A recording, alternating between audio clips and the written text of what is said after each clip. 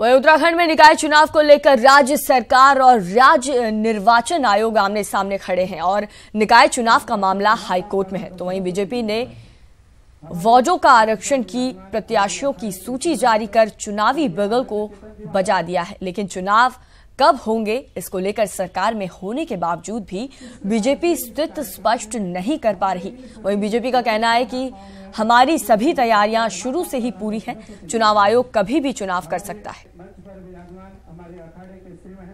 पूरी तैयारी प्रारंभ से ही है, अभी भी तैयारी है। हमें जितना काम करना था हम अपने अंतिम चरण में हैं। अब चुनाव आयोग को काम करना है। माननीय उच्च न्यायालय में मामला है, हम लोगों ने वहाँ पूरा कहा है। तो मैं समझता हूँ कि अब हमारी ओर से अब कोई देरी नहीं है। निकाय चुनाव की हमारी पूरी तैयारी हो गई है और हमने आरक्षण भी पूरा का पूरा घोषित कर दिया है। बस सिर्फ माननीय उच्च न्यायालय में जो केस चल रहा है वो याचिका का निपटारा जल्दी से हो जाए, उसके तुरंत बाद हमारे चुनाव की प्रक्रिया प्रारंभ हो जाएगी। चुनाव में हमारी तरफ से बिल्कुल विलंब नहीं हुआ है। सिर्फ माननीय न्यायालय में किसी के द्वारा एक याचिका प्रस्तुत कर देने से इसमें विलंब हुआ है। इसमें सरकार का तो कहीं से कहीं तक कोई दोषी नहीं है।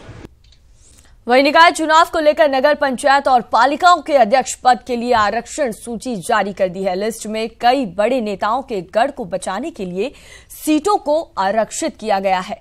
वहीं कांग्रेस ने नगर निकाय और पंचायतों में हुए आरक्षण पर कहा कि सरकार ने जल्दबाजी में फैसला लिया। औचित्यपूर्ण नहीं है जो आरक्षण किया जा रहा है, यह आनन फानन में लिया गया निर्णय है। ये कहीं ना कहीं अपने दल को, अपने विरोधियों को शांत करने के लिए आप जनता को उसका खामियाजा भुगतने पर मजबूर कर रहे हैं। जहां आरक्षित नहीं होनी चाहिए थी वहां आप आरक्षित कर रहे हैं एंड वाइस वर्सा। आप पता नहीं क्यों जो है लगातार आपका जो उद्देश्य है, पहला है कि आपका अंदरूनी कलह जो है समाप्त हो, दूसरा है कि आप किसी तरह से भी सत्ता प्राप्त करें। तो आपकी जो दुरुपयोग आप सत्ता का कर रहे हैं या अपनी ताकत का कर रहे हैं, इसका खामियाजा आपको चुनाव में भुगतना पड़ेगा। आरक्षण एक प्रक्रिया है और वो आरक्षण क्योंकि आपको कहीं ना कहीं आरक्षण करना ही होता है, तो जहां उसका सही जगह होती है वहाँ आरक्षण कर दिया गया है। इसमें कहीं किसी तरह की कोई पॉलिटिक्स नहीं है।